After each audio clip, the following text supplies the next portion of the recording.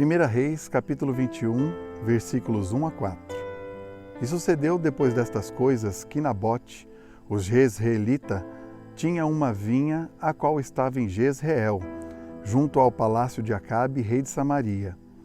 E Acabe falou a Nabote, dizendo: Dá-me a tua vinha, para que eu possa tê-la como horta de ervas, porque ela está perto da minha casa, e eu te darei por ela uma vinha melhor. Ou, se te parecer bom, dar-te-ei o seu valor em dinheiro. E Nabote disse a Acabe: O Senhor me proíba de te dar a herança dos meus pais. E Acabe chegou à sua casa revoltado e aborrecido por causa da palavra de Nabote, o jezreelita, que havia falado, porquanto ele tinha dito: Não te darei a herança dos meus pais. E ele se deitou na sua cama e virou a sua face e não quis comer pão algum. A Bíblia, nesta passagem, ela nos ensina acerca de um rei que desejou a vinha de um homem chamado Nabote. Este rei fez várias propostas para Nabote, mas Nabote recusou porque era a herança dos seus pais. Recusou dinheiro, recusou troca, recusou até mesmo dar gratuitamente. Então, o rei, ele volta para o seu palácio indignado com um não.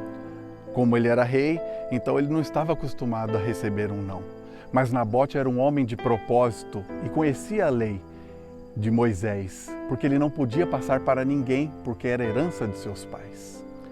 Então Jezabel, observando que seu marido, o rei Acabe, não estava comendo, andava entristecido, resolveu saber o que se passava com o rei. E o rei explica que Nabote se recusou a dar a vinha para ele. Então Jezabel fala para o rei: acalma o seu coração, que eu vou dar o jeito e você vai ter o seu objeto de desejo. Então, Jezabel, ela manipula a palavra de Deus com falsas acusações, usa duas testemunhas também que usaram de má fé, e ali eles apedrejam Nabote. Nabote morre e a palavra de Deus diz que o rei desce do seu palácio e vem receber a vinha. Não é aqui o direito sucessório que está em questão, mas sim uma aliança perigosa, uma aliança destrutiva, com uma semeadura muito ruim, que eu quero falar sobre Jezabel e seu marido, rei Acabe. Eles manipulam uma situação, o rei Acabe, ele aceita o que Jezabel faz, e não sabem qual vai ser a consequência disso. Por quê? Porque eles estão cegos, na verdade, pela cobiça. Eles querem aquilo a qualquer custo e não se importam nem um pouco com as consequências.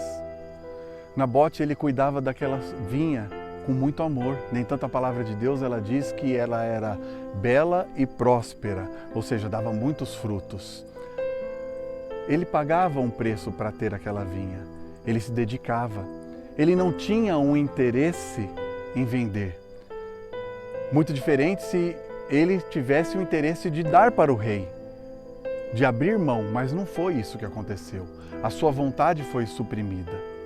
E acontece muito isso hoje. Muitas pessoas se unem para buscar algo que não lhes pertencem. Se cobiçam as coisas do próximo, desejam as coisas do próximo, e eu não estou falando de inveja, eu estou falando de investimento em coisas que não devem. Assim como Jezabel e Acabe. Só que eles não têm a consciência do que pode acontecer.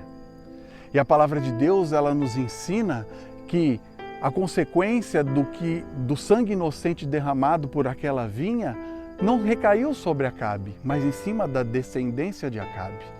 No entanto, o filho de Acabe, Jorão, ele morre e Acabe não tem a sequência da sua descendência.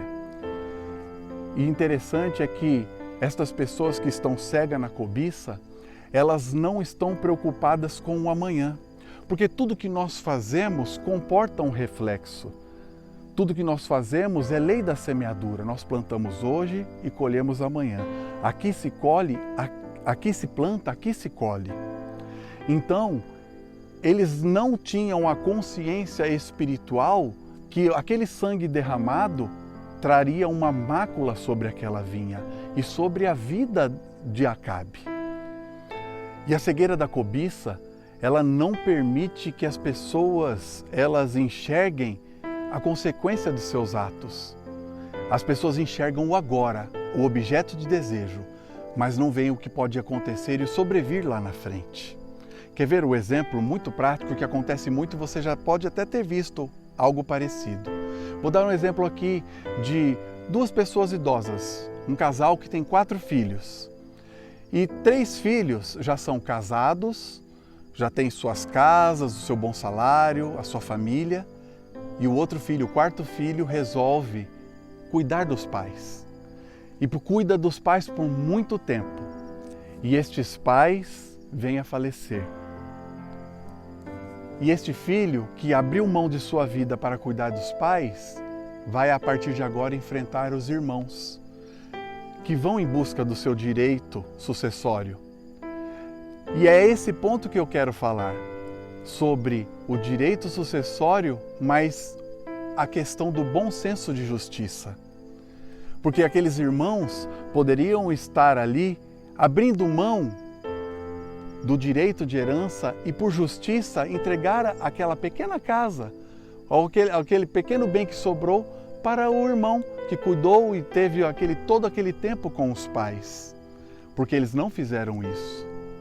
Mas não, o senso de justiça não existe nesta hora. Então todo mundo vem e é dividido ali em 4 partes iguais. E é isso que nós temos que nos preocupar, é com o senso de justiça na vida da gente, com as consequências daquilo que nós estamos fazendo hoje. Porque quando Deus entra nas nossas vidas, Ele começa a mudar o nosso caráter. E este caráter vem acrescentado com o senso de justiça. A nossa palavra, ultimamente, a palavra dos homens por aí, não tem valido muita coisa. A opinião também.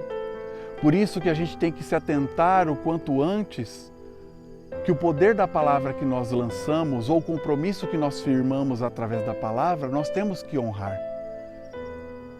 E assim é o que aconteceu neste caso. O rei, ele não quis saber da questão do bom senso da justiça. A Jezabel também não quis. Eles quiseram alcançar aquilo e pronto, acabou. Então é isso que essa mensagem vem nos trazer hoje. Para que nós, em momentos de decisão, em momentos em que nós temos algo como um objeto de herança, nós pensarmos bem. Escuta, mesmo que seja herança, é para mim? Ou eu tenho que abençoar alguém? Ou eu tenho que ter um senso de justiça com o irmão? Ou eu tenho que olhar que quem pagou o preço é que merece? Então eu quero levar você a refletir sobre isso hoje.